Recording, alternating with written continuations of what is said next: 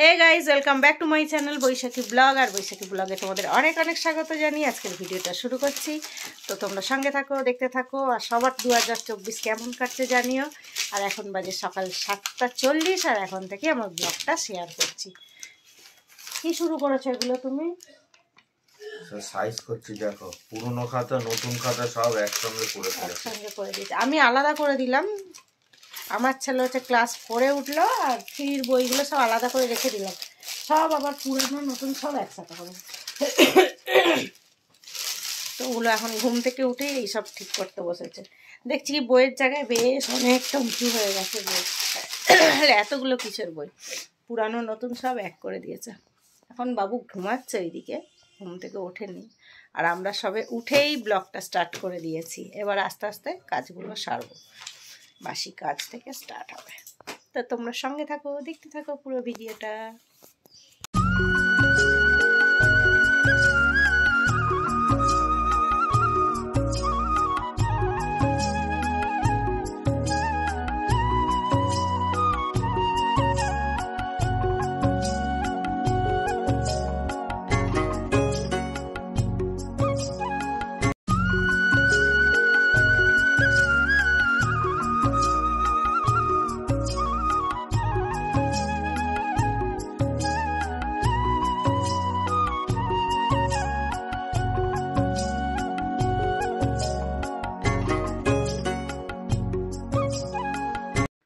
তো চলো, এদিকে সকালবেলার কাজ সারা হয়ে গেছে। সকালবেলা যখন বাসি কাজগুলো সারা হয় তখন ভিডিও করা যায় না, কেন তোমাদের দাদাভাই একদিকে জামা কাপড় কাচতে চলে যায় আর আমি বাসন মাজতে বসে যাই। তো কেউ কাউকে ভিডিও করে দিতে চায় না, তাই শেয়ার করা হয় না। তো বাসন কোসন ধোয়া হয়ে গেছে, সেগুলোই দেখালাম। আর জামা কাপড় তো শুকাচ্ছিল, সেটা দেখাতে পারলাম। আর এখানে দেখো একটু আমি লিকার চা বসিয়ে দিয়েছি। সকালবেলা একটুখানি চা না খেলে ভালো লাগে না। চা খেয়ে দিয়ে তারপরে রান্না বান্না শুরু হবে। তো আমাদের এই উঠানটায় উনান রয়েছে, তোলা উনুন বানিয়েছি। তো ওই উনানটাতে রান্না করা হবে। আর গ্যাস থেকে চাটা বানিয়ে নিয়ে আসলাম। তো 3 জনে মিলে এখন লিকার চাটা খেয়ে নিয়ে তারপরে রান্না স্টার্ট হবে। তো দেখো, একদিকে চা খাওয়া হচ্ছে আর ওইদিকে উনানটাও জ্বালিয়ে দিয়েছে, ভাত করা হচ্ছে। তো সকাল সকাল রান্না করা হচ্ছে, কেন বাবার জন্য ভাত নিয়ে যাবে, তার জন্য সকালেই রান্নাটা হয়ে যায়। তো ভালোই হয়, একদিকে সকাল সকাল রান্নাটা হয়ে যায়, এটা একটা বড় কাজ। তো চলো, ওখানে তোমাদের দাদাভাই ভাত করছে দেখলে। আর এখানে আমি ছেলের জন্য একটু টিফিন বানালাম। রুটি করেছিলাম সকালবেলা, তো রুটির সাথে কি করব, ছেলেকে কি দেব, তার জন্য একটা রুটির সাথে ডিমের অমলেট করে একটু রোল মতন করে দিয়ে দিলাম। তো ও খুশি হয়ে গেল, খেয়েও নিল, পেটটা ভরে যাবে। নাহলে অসুবিধা হয়, নয় ওকে আলুর তরকারি করে দিতে হয়, আর নাহলে এরকম রোল টোল করে দিলে তারপরে খায়। তো চলো, এখানে তোমাদের দাদাভাইকেও খেতে দিয়ে দিয়েছি, ওর যাওয়ার টাইম হয়ে গেছে, ও খেয়ে বেরিয়ে যাবে। তারপর তো বাদবাকি কাজ আবার সারতে হবে। আর শীতকালে আমাদের উঠানটায় প্রচণ্ড রোদ পড়ে, তো আমরা ঘরের ভিতর থাকিই না, জাস্ট খালি ঘরের ভিতর ওই ঝাড় দেওয়া মোছাটা হয়ে গেলেই সব কাজ ওই উঠানেই বসে রান্না করি, ওখানে বসে খাই। তো বেশ মজা লাগে। তো দেখো, এখানে রান্না হয়ে গেছে। তো এখানে বাবার জন্য ভাত বের করে দিচ্ছি, ওর খাওয়া হয়ে গেছে, ও এক্ষুনি বেরিয়ে যাবে। তারপরে যদি বাদবাকি আরও কিছু রান্না করতে ইচ্ছা করে ওটা পরে আবার করি। তো সকালবেলা কোনো রকম একটা ঝোল ভাত করে ছেড়ে দিই, কেন অনেক সকাল সকাল বেরোয়, তো তখন পুরো রান্নাটা কমপ্লিট হয় না। তো এই একটা ঝোল ভাত হলে ছেড়ে দিলাম। তো ভাতটা গুছিয়ে দিয়েই আবার কিন্তু আমরা উঠানে চলে যাব। তো সারা বেলাটা আমার উঠানেই কেটে যায়, রান্না করা, বাসন মাজা, আবার ওই উনুনটাকে নাতা দেয়া, জামা কাপড় শোকানো, সব কিছুটাই এই শীতকালটা পুরো উঠানটায় দেখো পুরো একদম পুরো কালিমা হয়ে গেছি একদম। তো এই সবজিটা এখন কাটছি, এটা হচ্ছে রুটির সবজি, রাত্রিরে রুটি দিয়ে খাওয়ার। আর মাছের ঝোল ভাত করে তো আগে পাঠিয়েই দিলাম। এটা আমি 5 মিশালি সবজি বানাবো। তো দেখো, শিম এইভাবে দেখতে হয়, শিমের ভিতরে পোকা আছে না। এখানে আমি হাসছি কেন, এখানে কাকু মাঝে মাঝে কথা বলে উপর দিয়ে, কাকু উপর থেকে দেখে, বেশ ভালো লাগে ওনার। আমরা এখানে বসে রান্না করি, উনিও দেখে আর বলে কি তোমরা রোজ দিন পিকনিক করো এখানে।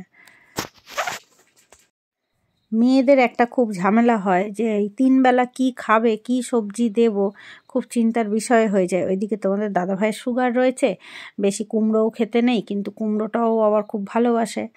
তো শীতকালে যাই হোক শিম থাকে, বিনস থাকে, এগুলো দিয়ে কাজ চালানো যায়। শিম দিয়ে বিনস, কুমড়ো এগুলো সব দিয়ে একটা বড় করে তরকারি করে নিলে ওটা দিয়ে রুটি খেয়ে নেবে। কিন্তু কুমড়োও তো বেশি খাওয়া যায় না, কিন্তু কুমড়ো দিয়ে রুটি খেতে খুবই ভালোবাসে। তো 3 বেলা কী খাওয়া দাওয়া হবে এইসব চিন্তা করতে করতে পাগল হয়ে যাই। আর এখানে দেখো ছেলেও মাদুর পেতে বসে গেছে। বলছি না সবাই মানে উঠানেই সকাল থেকে থাকে, ওরও ঘরে মন বসে না।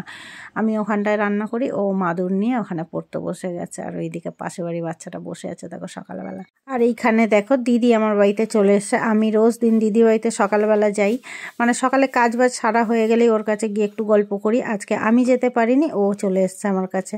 তো ও এসে একটু হেল্প করে দিল, উনানে একটু গোজা দিয়ে দিল, আর আমি ভিডিও বানাচ্ছি। আর এখানেই দুজনে 2 ঘন্টা তো গল্প করেই নেব, আড্ডা মেরে নেব। মানে নয় আমি ওর বাড়ি যাব, নয় ও আমার বাড়িতে আসবে, এটাই হয় আমাদের দুজনে। তো দেখো প্রচণ্ড রোদ। কি হলো, এখনো শুয়ে আছো? শুয়ে পড়েছে? আমি শুয়ে আছি, তুমি বসে আছো? এই রাম, দেখুন বন্ধুরা কি ছিরি পড়াশোনা। পড়াশোনা একটাও করছে না, পড়ে এসে বই ছড়িয়ে রেখেছে। এই যে ড্রয়িং কম্পিটিশনে নাম দেবে, প্র্যাকটিস করছে, করতে করতে শুয়ে পড়ছে। দেখি কি এঁকেছে? এই যে সিনারি এঁকেছে, ভালো করে প্র্যাকটিস করবি। তোমার প্র্যাকটিস, আর এইদিকে তুমি ব্লাড দিয়েছো সকালবেলা, দেখো রিপোর্ট দেখো।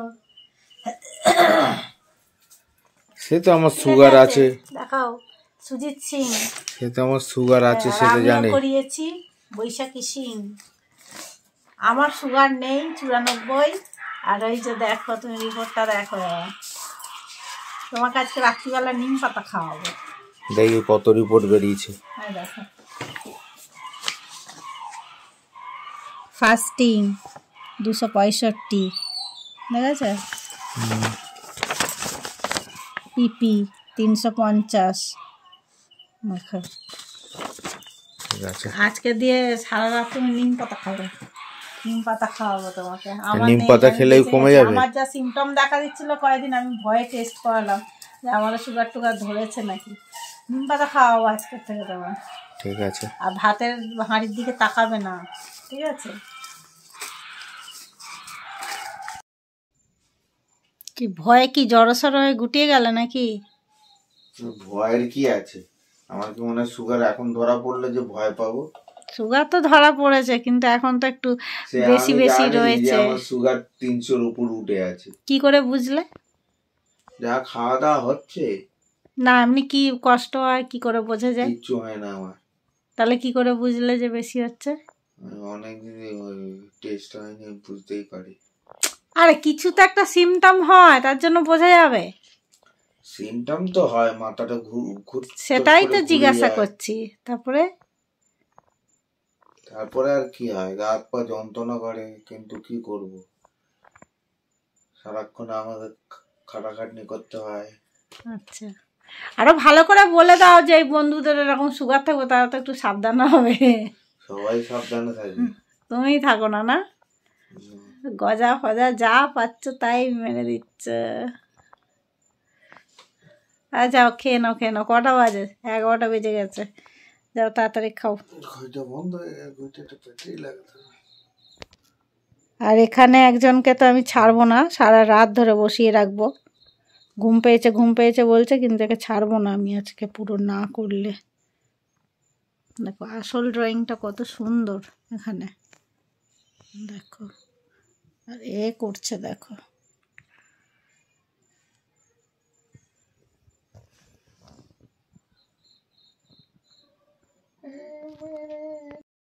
তো চলো বন্ধুরা, 11টা বেজে গেছে, মা ছেলের খাওয়া হয়ে গেছে, এবারে তোমাদের দাদাভাই খাবে। তো আমার তো সুগার ধরা পড়েনি, বেঁচে গেলাম ওই রোগের হাত থেকে। কতদিন বাঁচবো জানি না, ওর কোন দিন না কোন দিন ধরা পড়ে। একটু বয়স হলেই হবে বলো। এখন আধ বুড়ি হয়েছি, এখনো হাফ বাকি আছে। সকালে উঠে হাঁটতে হবে, হাঁটতে। তুমি তো বললে সকালে না হাঁটলেও হবে, যখন খুশি হাঁটলেও হবে। হ্যাঁ, যখন কখন হাঁটবো? সেটাই তো, হেঁটে হেঁটে কাজে। তো চলো সবাইকে গুড নাইট, ভিডিওটা এই পর্যন্তই, এখানেই শেষ করছি। আবার দেখা হবে নতুন কোনো ভিডিওর সাথে। সবাইকে টাটা, গুড নাইট। তুমি একটু গুড নাইট করে দাও। Good night.